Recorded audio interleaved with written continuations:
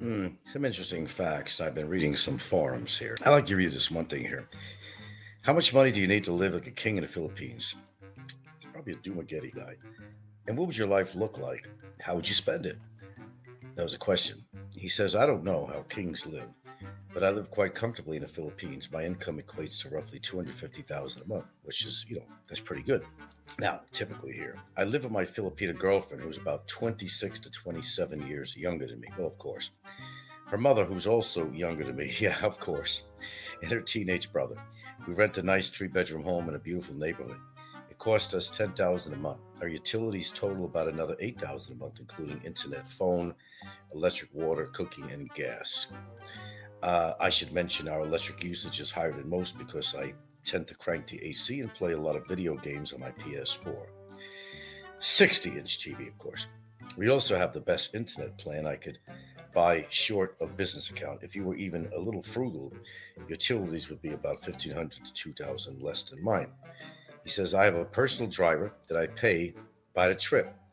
I pay him better than anyone else does. Well, I kind of do too. The situation on that seems similar in a personal driver. I now pay him better than anyone else does, 8,000 to 1,200,000 a month. Well, I don't pay him on a salary. Okay. He provides his own vehicle, which is a newer SUV. Okay, so guys driving an SUV. I'm unsure what the brand is, but it's quite nice. We like to visit museums, resorts. When we are on quarantine, I also pay my girlfriend's mother. They just where they go wrong. Okay, I also pay my girlfriend's mother a monthly stipend of 5,000 a month. She's been working for well. Okay, if you're making the kind of money I think that this guy makes, yeah, if you respect the girl's mother and she's living like shit, yeah, you could be generous. I guess I don't see a problem with that. It says she's been working for significantly less at a plastic recycling company. I don't like her coming home so tired every day. Besides, she helps keep the house clean and isn't a master. I don't know, something about massage. I don't know. I take advantage of her. Master massage. I take advantage of her skills regularly because I have a severe damaged spine. We eat out frequently at the nicest restaurants at home.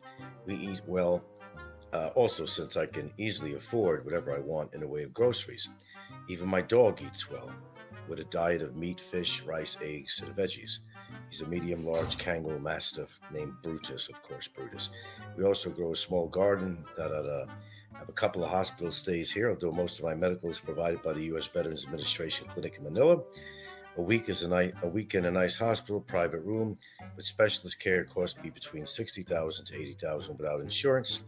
The last one in January due to severe case of pneumonia, and I received some costly antibiotics intravenously and other medications, which totaled more than half the bill. Someone with fewer health difficulties might get by cheaper. Okay, so this is some of this guy's ideas, and he's a military man, and he makes about 250,000 a month, which is pretty good, actually. That's not bad. That's not bad at all. And there's no reason why you can't live better if you make that kind of money. I don't have any problem with that.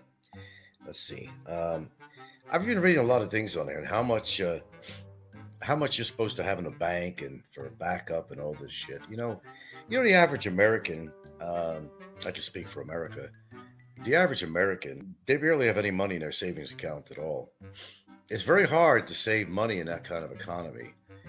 There might have been a time in America when you were able to achieve that dream of the white picket fence and a house and, the two cars in the garage and two chickens in every pot. You've heard that one, right? Okay.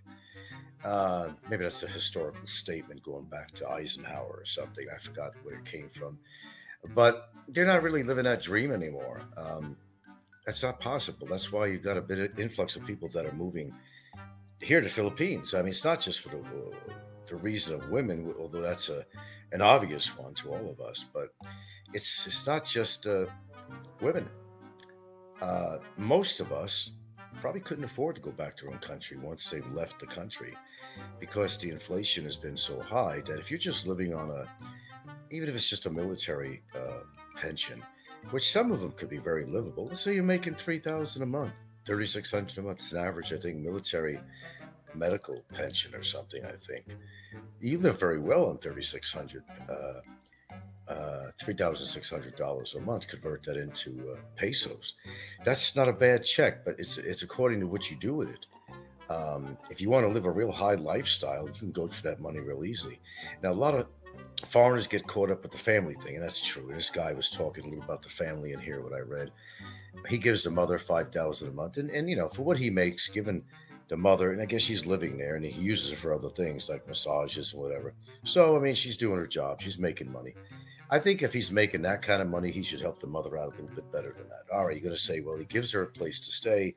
He's giving her 5,000 pesos a month, which, it's not a lot. It's not a lot. And, most people's pensions here in the Philippines is not a lot of money. Now, my girlfriend, she puts money away every month. Of course, I help her with that. This way, in 13 more years, when she hits the magic 60 in the future, she's going to at least have some kind of money coming in, and any other resources she might have at the time. Having a house is absolutely a resource, but I don't think that's something that she'll probably sell, but she could. And she could live comfortably as long as she doesn't waste her money for the rest of her life. So she's pretty much set up. I'm very happy about that because that was actually part of my plan. You take care of people that are good to you, and you remember them in that way. You can't take it with you, so you know, take care of the person who's taking care of you. Because goddamn well in America, you have an American woman out there. You get to an age and maybe some sickness happens to you, and if anything, you become a burden to her. She's going to put you in a nursing home, more likely. And you know how America is. So it's not far from the truth, is what I'm saying here. It's just the way it is. Out here in the Philippines, they don't treat their family that way. You could have an uncle who could be the most cantankerous person in the world, an aging uncle. They'll take him in. You know, a lot of times they hope that you contribute to the house somehow. Do some cleaning up, do something, to make yourself useful. Well, that's the hoped for situation, but it's not always that way. And a lot of times they become dead weight and baggage. But it's a relative, and what they do out here is they don't necessarily throw their relatives on the street. There has to be a really damn good reason to do that. So I got to give the kudos to the Philippines culture for that one, because that's the number one thing. There's a lot of foreigners that move here in pre-existing conditions, and they're really looking for a nursemaid. That's what they're looking for, because they know that they could afford to be in a senior home or whatever the situation might be. So they'll move here to get a woman, like 90 years younger than them or whatever, and have them take care of them, throw them a little chicken feed money and all that, and it's all good. You know. Now, this one article I was reading about this one guy, and he was in the military, so he makes it was 250,000 a month. So he went through his little laundry list of how much he spends per month, and he has enough money to eat out when he wants. He doesn't worry about food. Well, I'm kind of in that position. Not too. I wish I was 250,000 pesos a month. That's a far cry for what I make. Actually, I make almost half of that. You know, but I get by fine on that. I don't have a problem at all. Sometimes I have a little bit of money left over. There are other months that I kind of went overboard on ordering things or buying things, and it doesn't work for me. So that's why you have to be more careful on your spending. Think about what you're buying. Like, for example, I can basically go to Cebu tomorrow, and I can look for a brand new car on the showroom floor, and I could drive that car home tomorrow. But why? When my transportation needs are taken care of right here, there's maintenance involved with the car, there's insurance involved in the expense of gasoline. And of course, the liability issues of hitting somebody. I've gone over that so many shows of mine. So that's something I do take into consideration. I don't really need a car. There's a part of me that says, oh, it'd be nice to have one. But if you don't need it, in other words, it's something not broke, don't fix it. If you're able to get around fine with any kind of public transportation that's available, whether it's a tricycle, whether it's a jeepney, whether it's a bus, whether it's a grab taxi or cab, it's worked well for me so far. Now, by the way, I don't, one of the reasons I take a grab taxi every time, like I'll go to Cebu, for example, is it's quicker to get to Cebu. and he'll stop on the way anywhere I want, anytime I want. If I want to stretch my back, I feel like smoking or something, or want to stop at a short stop to grab a bite to eat, he does that for us. Now, what does it cost us from San Romeo, which is Hagnaya Port, to Cebu City? It costs 3,500 pesos one way. So two ways is 7,000 pesos, which is $140, inclusive of any breakfast or lunch or whatever time of day we're going there, they will buy him. So we take care of him, and we've been a good customer of his. And one of the reasons that I take a Grab also is because it's really uncomfortable. There's really no stops on a bus except for Carmen. It's a short stop, and if you have to go to the bathroom on the way or on a bus, on a serious bus, you're going to be embarrassed to ask the driver, I got to take a shit or something. I mean, if you really have to go, I suppose they would stop and say, "Here's the nearest woods. Go relieve yourself." I suppose they would do that because they do that themselves if they really had to. Okay, but that's not the norm. So, you're stuck on that bus with you know, a stadium worth of people who might have viruses, colds, whatever. You got to share that circulated air conditioned air with 60 other people. That's another reason too. It's trying to avoid crowds of people in a confined space. So that's a good reason too, not to take a bus. And these buses' track records are not that good either. I mean, they're going off the side of the road. How many accidents we see with buses that get into accidents and whatnot. So it's like a roll of the dice when you take a bus. I mean, you got to weigh out the good with the bad. Sure, it's cheaper to take a bus, and you can be saving a whole lot of money. So why am I willing to put out $140 round trip for bus for a Grab taxi alone? Well, it's because of the convenience. He's faster, and again, we can stop anywhere I want, as many times as I want on the road. It's not a problem, you know. Excuse me. And it's worked for me. No, I really don't like spending that much money, but I know that my back ain't the greatest, and if I had to stick on a bus that long all the time, I'd be hurting. Now, when I take a taxi, I just prop my feet up and lay my head on Gilda's lap, and I kick back and just close my eyes, and the trip goes real fast. I don't fall asleep, but I kick back and try to get into a comfortable position. So it works for me. So it's worth 3,500 pesos one way to take a Grab taxi. So there you go. How much it costs to take a Grab taxi from this particular direction to Cebu. That's generally what I do. So many articles on how many people, this is one of the most talked about topics ever. And just like I'm doing, I'm rehashing something that's very old, but putting a new bling to it, okay? And you hear some of the same information all the time. Well, at least there's variations of it. Some people claim they could live on $600, $700 a month. You can, but how are you going to be living? That's the main question. You come here and you want to live a better life to what you had in America. The whole idea of moving here, you get the younger woman, right? Okay. You get a built in housekeeper, you get a built in caretaker, your girlfriend, right? Okay. You're saving a lot of money if you had to pay somebody to do all the work that your girlfriend or wife does, right? Right. That's the whole purpose of a lot of people coming out here. They're looking for a caretaker, is what it is. Caretaker that they could screw. And that's what it comes down to. And I'm always hearing the same stories. Dumaguete, Dumaguete, Dumaguete, Dumaguete. I've never been to the place. I dislike it already. I just really want to live in a community that has that many foreigners. There's got to be a lot of problems with that. It's like Kitty City. They're all 70, 80 years old and got these 20-year-olds on their arm or younger. It's pathetic. It's sickening to see that. I've seen enough of that. It doesn't have to be Dumaguete. But imagine everybody hears about Dumaguete, and as the years go by, more and more people are going to retire that hear about Dumaguete, and they all want to settle there. It's like they're squashing out all the Filipinos. So what they're also doing, because generally foreigners have generally more money than the average Filipino in a town, usually, they're going to price them out of being able to rent it anywhere. That's what happens. The foreigners are willing to pay X amount of money per month for rent. It's driving the prices of rent up even on the Filipinos. So it's not helping the Filipino people. Think about that.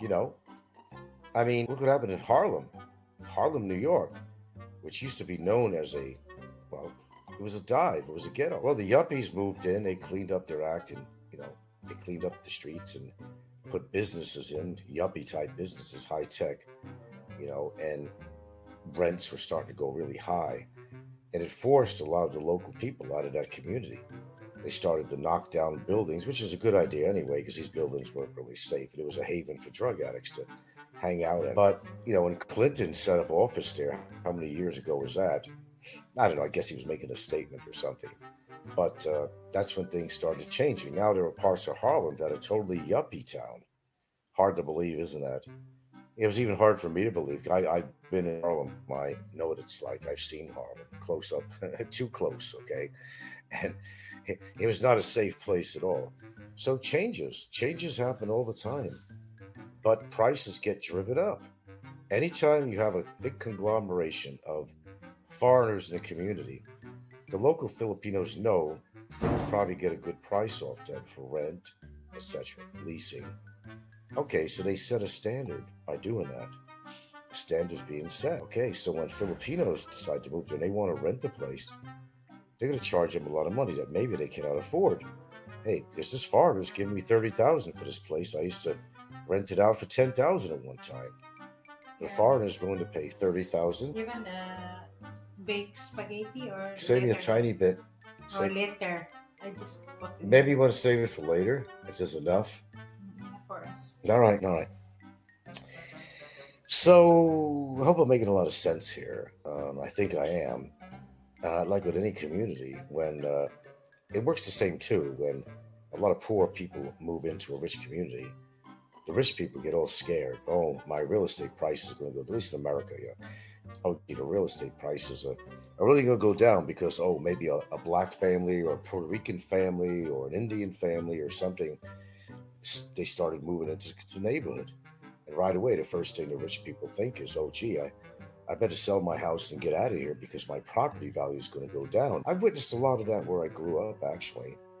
Oh, firsthand, I absolutely did. Here in the Philippines, though, you could build a multi-million peso house um, next to, a squatter's compound because, land is scarce and it's very expensive.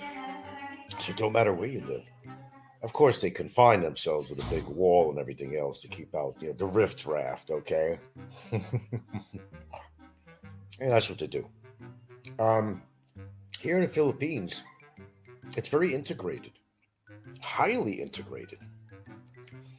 And you're going to see this kind of juxtaposition where you have a very rich family, a very nice house right next to something that would be a Cuba, And it doesn't bother the rich people. They know that's how it is. They would prefer that a nicer home would be built there. But then again, a lot of wealthy Filipinos, they do the same thing. They don't want to socialize with the rift raft, okay? That happens here too, all the time. A lot of rich people out here live in a place in the Philippines they call Beverly Hills, right? Of all names, right? That's where a lot of the wealthy live. There are different areas too, Makati, but now I'm not sure where this area called Beverly Hills is.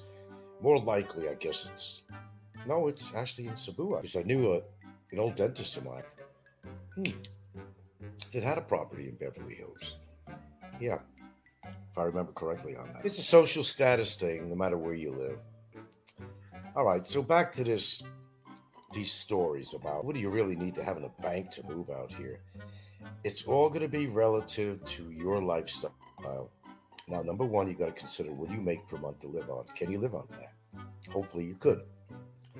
That means no extravagant spending, no buying cars and things like that.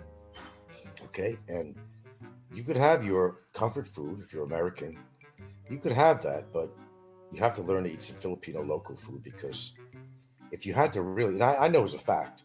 I know it's a fact because I do go to Cebu a lot, and I'll go to SNR and I'll buy very expensive food, and it'll take a real nip out of your budget, and what you get for your money is not really worth what you bought because what you bought, keep it in mind, what you spent for, it's not worth the money.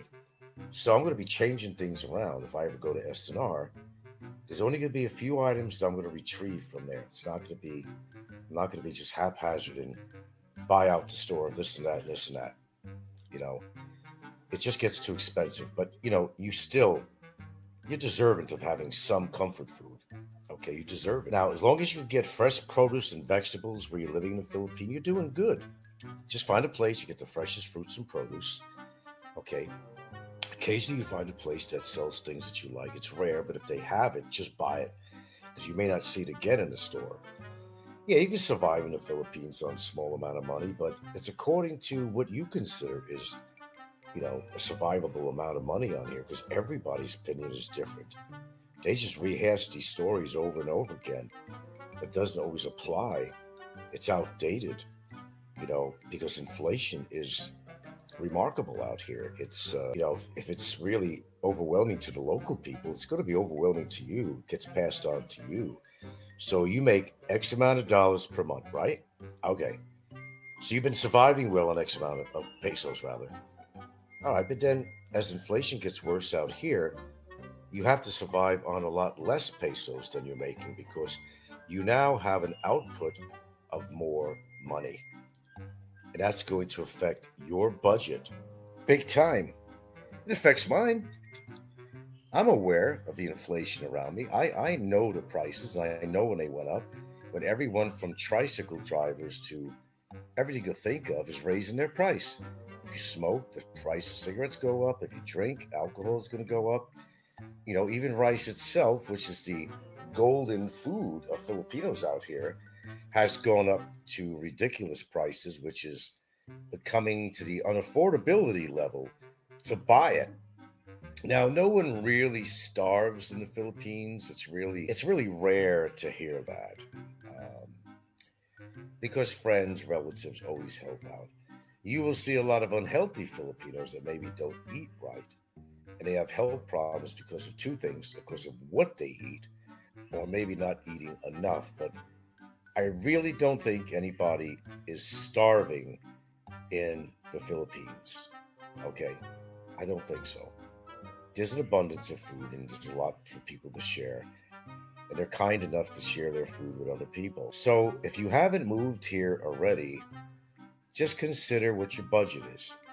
Consider how often you want to go out and eat. Now, here's where I come in with this one here. Why it's better to live in a province rather than a big city. Because just like I discovered, every single time I go to Cebu City, for whatever reason I go there, okay, you are surrounded by lots of stores, and there, if you go to the right places, you'll find a lot of yummy food, or maybe restaurant chains that you are very familiar with for your comfort food in America, and you're going to be gravitated.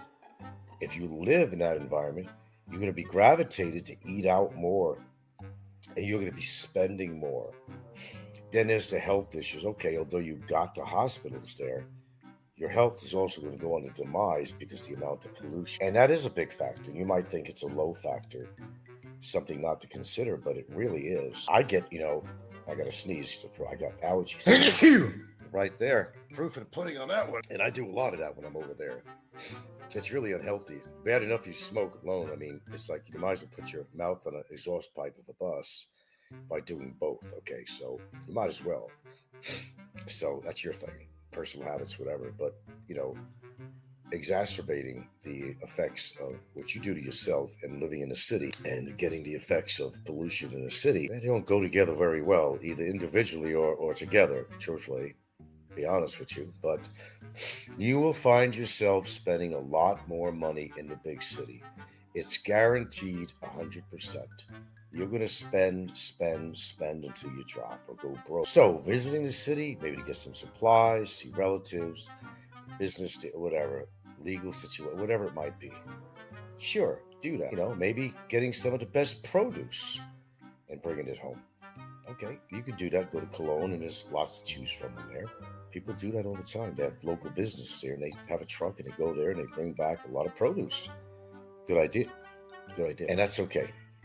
But living in a big city, if that's your choice, you better think about the options. how much you really living on, and how much you think you're going to be able to survive in a big city. Go to the provinces. It doesn't have to be an island province. It doesn't have to be. But I mean, I personally don't like living, being dry docked really, at all.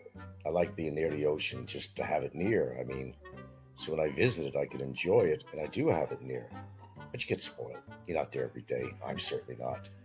You get a bug up your ass, you feel like hanging around the beach, it's there. You don't have to travel anywhere. So yeah, go to a province that it's an island province, and you have the best of both worlds. Okay, it works for me. It works very well for me. So with that being said, it's all I have to say before I get redundant. I don't mind rehashing some old shit about the same old subjects on here, but I like to add my own personal touch to it and more current information on as far as inflation and what I personally think it would take to live on. I would think that if you're going to, I don't know, I think you've got to make at least, I don't know, anywhere between 13 and 16 or 1700 a month to be able to find a place. It doesn't have to be expensive. You could balance out your budget very well with that much money. Uh, even if you have a Filipina, it doesn't mean that you have to be extravagant. It doesn't mean you have to buy everything in sight every time you go in a mall. It doesn't mean that you got to shower her with everything in the world. You don't have to do that. You have control on that. You could do it because you love her, but loving her is one thing. But you know, in some cases, she's still going to love you when the money is out. Okay, you better think about that one too. Unfortunately, for a lot of guys out there, that might apply. When the money stops, so does the so-called love. With that being said, thanks for listening. Catch you on another show sometime. Good afternoon.